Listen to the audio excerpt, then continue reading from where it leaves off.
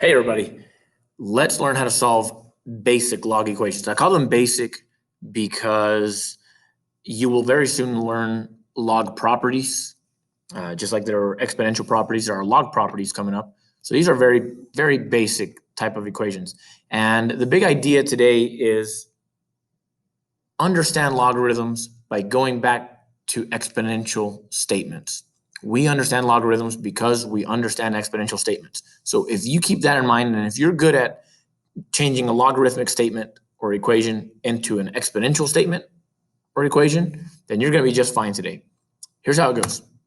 All right, so here's an example.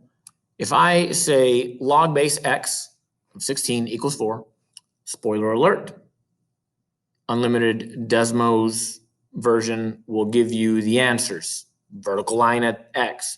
Please remember that will not be true on testing.desmos. All right. So you need to be able to solve these by hand. I insist. We got to be able to solve these by hand. So it is not difficult at all. If you remember, the base of a log is the base of the exponent, right? And the output of a log is the exponent of an exponential equation. So log base x of 16 equals 4 means that we can turn that statement into x to the fourth equals 16. So we're looking for a number that when I raise it to the fourth power, I get 16. All I have to do to solve for x is take the fourth root of that. And when I take the fourth root of 16, I get x equals 2. All right. The fourth root of 16 is x equals 2. All right. Which testing Desmos, you would have to just write the fourth root of 16, not x equals, right? I believe so. So fourth root of 16 is 2. All right. That's because 2 to the fourth power is 16. And that's pretty cool. Here's another one. All right. What if you're missing the argument of the logarithm, the input of the logarithm? So this says log base 5 of x equals 3. Switch it back to the exponential. So this is 5 to the third power equals x. Well, 5 to the third power is a straightforward calculation. 5 to the third is 125. So that's that. All right, again, 5 to the third. That's 125. All right. We can look now at some intermediate log equations. All right.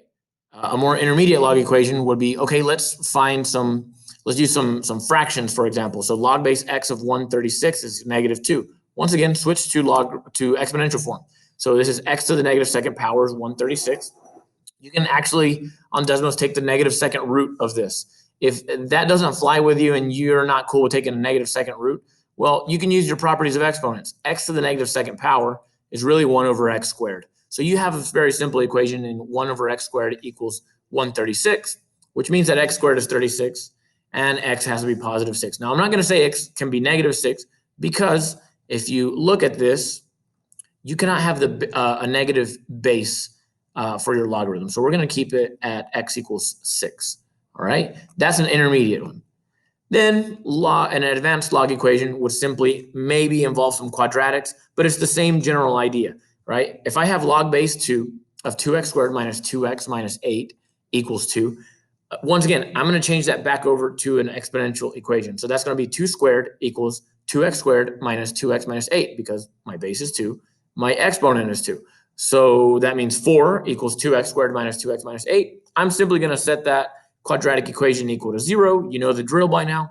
I am going to take out a GCF of 2, and I'm going to factor it to find the zeros of x equals 3 and x equals -2. So to summarize the lesson, take log equations and put them back into exponential equation format.